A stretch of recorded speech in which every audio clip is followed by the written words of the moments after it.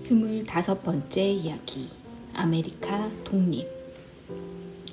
미국은 지금 세계에서 가장 부유하고 강한 나라야. 그렇지만 출발할 땐 유럽의 한 식민지에 불과했어. 오늘은 식민지였던 미국이 독립국이 되기까지의 얘기를 들려주마. 필그림 파더스. 지금부터 약 400년 전 영국을 떠난 배 한 척이 대서양을 가로질러 북아메리카, 그러니까 지금의 미국 동쪽 해안에 도착했어. 배 이름은 메이플라워. 배에 탄 사람은 모두 102명이었는데 이들은 영국 왕 제임스 1세의 정치를 피해서 고국을 떠난 사람들이었어.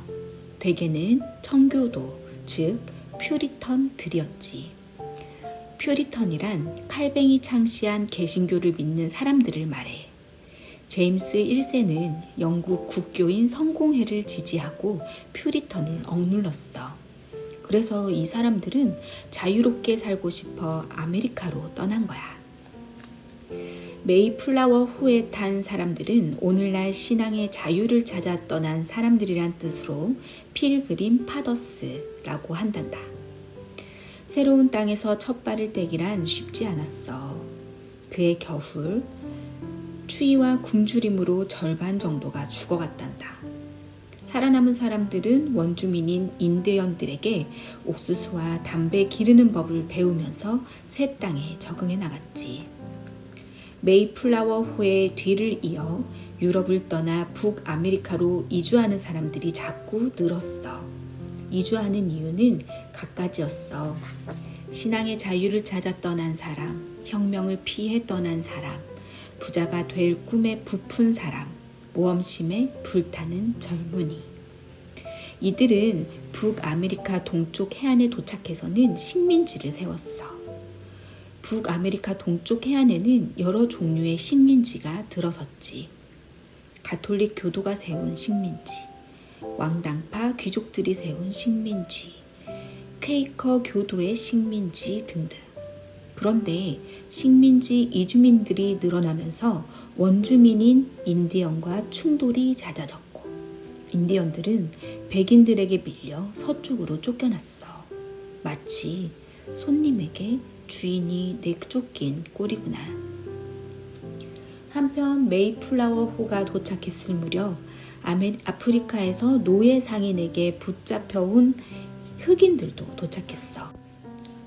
흑인들이 끌려간 곳은 북아메리카 남부에 있는 버지니아, 캐롤라이나, 조지아 같은 곳의 커다란 농장이었어.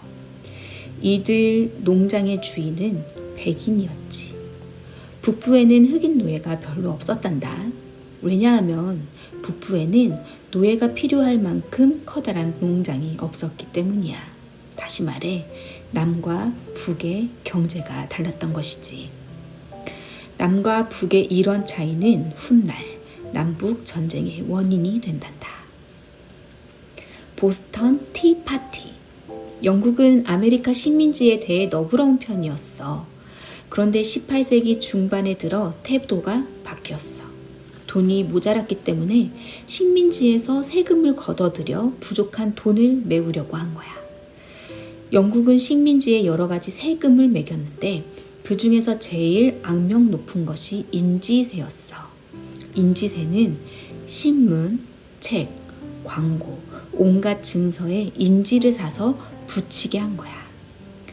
식민지 사람들은 분개한 나머지 회의를 열고 영국 의회에 대표도 보내지 않는데 세금을 낼 이유가 없다고 결의했어.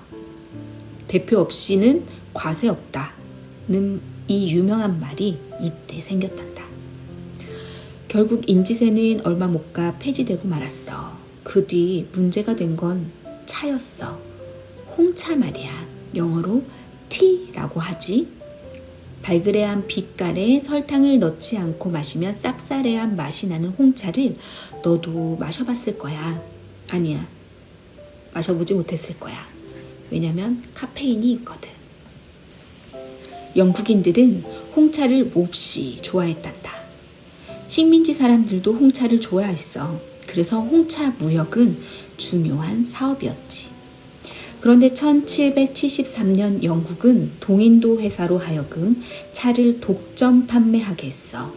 동인도 회사는 영국의 식민지 무역을 도맡아 하는 회사야. 그러자 그때까지 차 무역으로 큰 수입을 올리던 식민지 사람들은 하루아침에 일자리를 잃게 됐어. 식민지인들은 거세게 반발했지만 영국은 들은 채도 안 했지. 식민지인들의 불만은 높아갔고 결국 사건이 벌어졌어. 1773년 12월 차를 실은 동인도 회사의 배가 보스턴 항구에 도착하자 식민지인들은 인디언으로 변장하고 배에 올라가 차를 몽땅 바다에 던져버렸단다. 식민지인들은 이 사건을 보스턴 티 파티라고 했어. 얼마나 통쾌하고 신났으면 파티라고 했을까? 이 사건 이후 영국과 식민지는 사이가 더욱 악화되었고 1775년 4월에는 드디어 무력 충돌이 벌어졌어. 식민지 아메리카의 독립전쟁이 시작된 거란다. 고난의 독립전쟁. 독립전쟁이 일어날 때 식민지 사람 모두가 일치단결하여 독립군 편이었던 건 아니야. 약 3분의 1만 독립을 주장하는 독립파를 지지했고 나머지는 영국을 지지하거나 중립을 지켰단다. 하지만 독립전쟁을 치르면서 식민지인들의 마음속에는 자유와 평등 그리고 민주주의 정신이 자라나서 커져갔고 독립을 지지하는 사람들의 수도 늘어나게 되었어.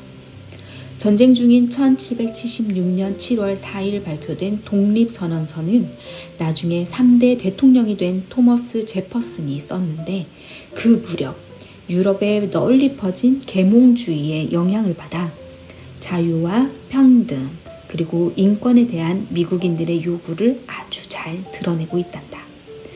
그런데 모든 인간은 평등하다는 정신 아래서 자유, 평등, 독립을 목표로 투쟁하던 미국 식민지인들이지만 원주민인 인디언과 억지로 끌려온 흑인 노예들의 자유와 평등에는 무관심했다는 사실도 함께 알아두면 좋겠다.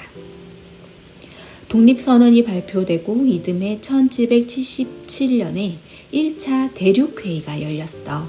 이 회의에서는 버지니아를 비롯해 13개의 식민지들이 연합할 것을 결정했고 2차 대륙회의에서는 식민지 독립군의 총사령관의 조지 워싱턴을 추대했단다. 그런데 그때 독립군은 싸울 장비조차 제대로 갖추지 못한 상태였어. 전체 숫자가 1만 2천 명 정도인데 그중 군화를 가진 병사는 900명 뿐이고 속총과 모포를 가진 병사는 3명에 1명 꼴이었다는구나. 그렇지만 독립에 대한 뜨거운 열정으로 용감하게 싸웠단다. 워싱턴 장군이 이끄는 독립군은 처음에는 고전했지만 차츰 우세를 보였어.